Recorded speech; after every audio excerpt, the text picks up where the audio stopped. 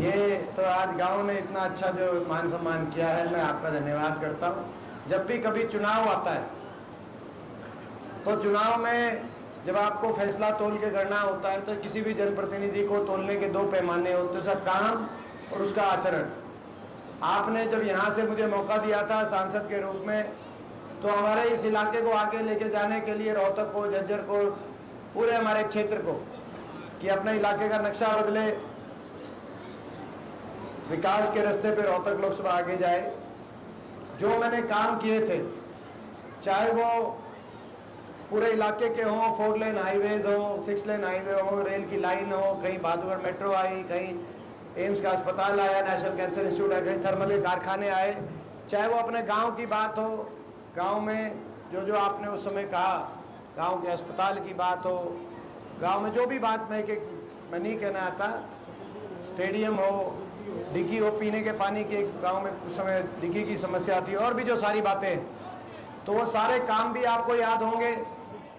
और मेरा आचरण भी बचपन से लेकर आज तक, जब मैं छोटा सा था, उड़ीसा जब बालक था, तब पहली बार गांव में आया था, तब से लेकर आज तक मेरा आचरण भी आपके बीच में है।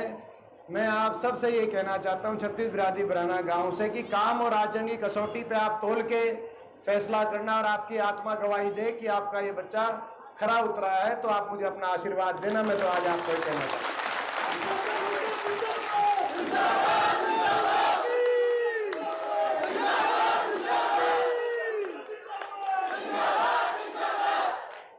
और मैं ये आपको विश्वास दिलाता हूं कि आपका जो आशीर्वाद है, ये मैं खाली नहीं जाने दूंगा।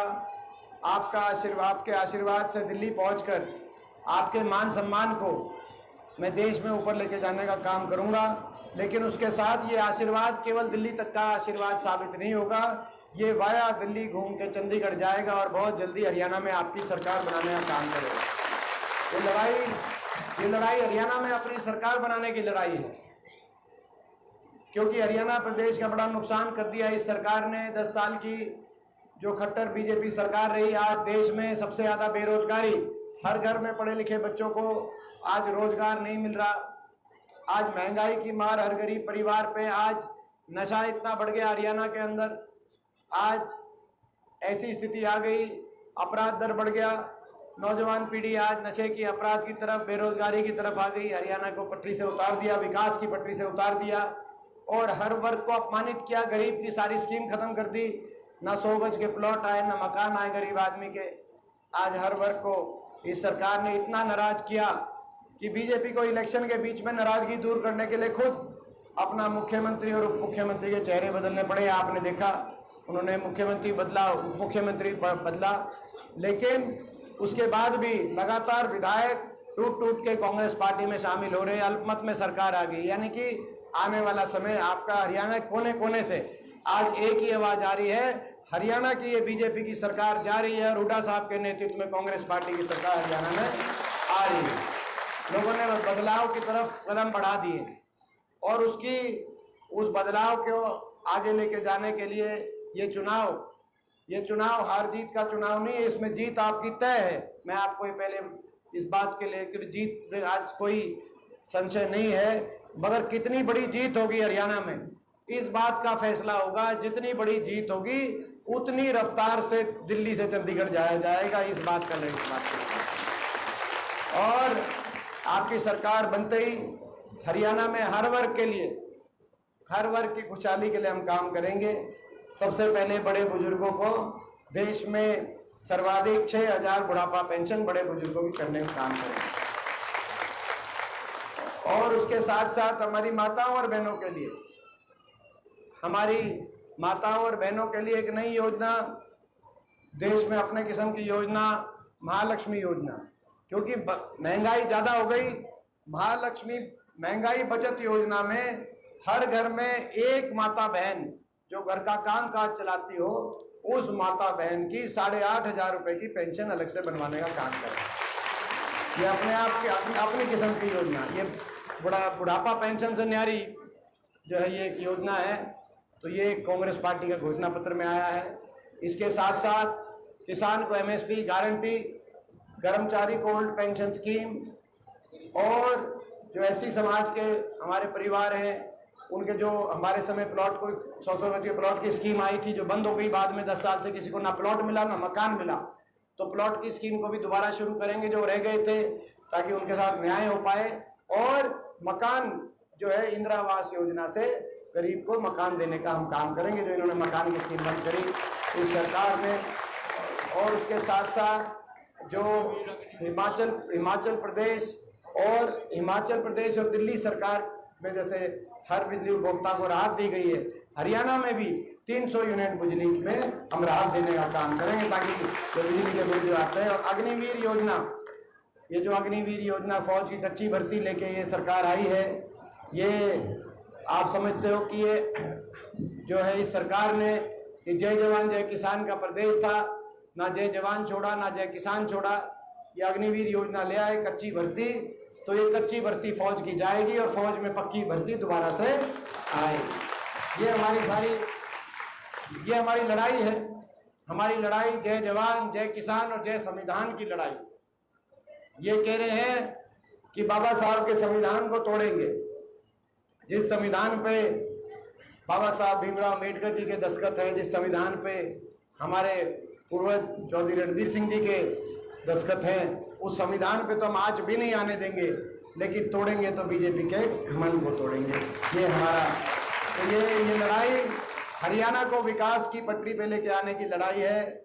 ये लड़ाई बाबा साहब भीमराव अम्बेडकर जी के संविधान को बचाने की लड़ाई है। और ये लड़ाई अपने इलाके में राज लाने की और अपने इलाके को आगे लेके जाने की लड़ाई है। ये पिछले मैं पूरे अपने गांव से यही कहना चाहता हूं, भाई इनसे बीजेपी से हम लड़ाई लड़ रहे हैं। बीजेपी के पास बहुत शातिर ताकतें हैं, इनके पास सरकारें हैं, इनके पास बीजेपी के पास मीडिया भी इन्हीं का है, पैसा भी छुट्टी का। बीजेपी के पास पैसे की भी कोई कमी नहीं। आपने देखा देश में कोई ऐसी कंपनी नहीं जिससे चंदा इन्होंने बीजेपी ने नहीं लिया हो। इतनी लूट मचा दी कि जो गौ कशी की कंपनी थी उससे भी चंदा ले लिया, और यहाँ तक कि जो कोरोना का टीका लुभाने वाली कंपनी थी उससे भी चंदा ले लिया। 450 करोड़ का चंदा, ये आप तक बात आली कि नहीं आली है सर? ये भी चंदा ले लिया। कोरोना का जो टीका, किसने कोरोना का टीका लुभाया था भाई? हाथ आके बताइए, कोरोना का टीका कौन कौन लुभाया?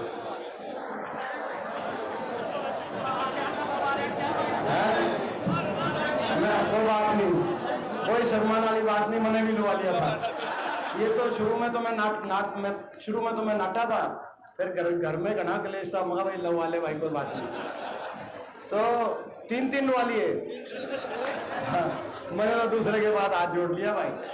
तो ये बाद में मेरा पट्टा कि भाई देखो 450 करोड़ का चंदा तो आया है, रिकॉर्ड चंदा पता नहीं कितने हजारों करोड़ का दिया था।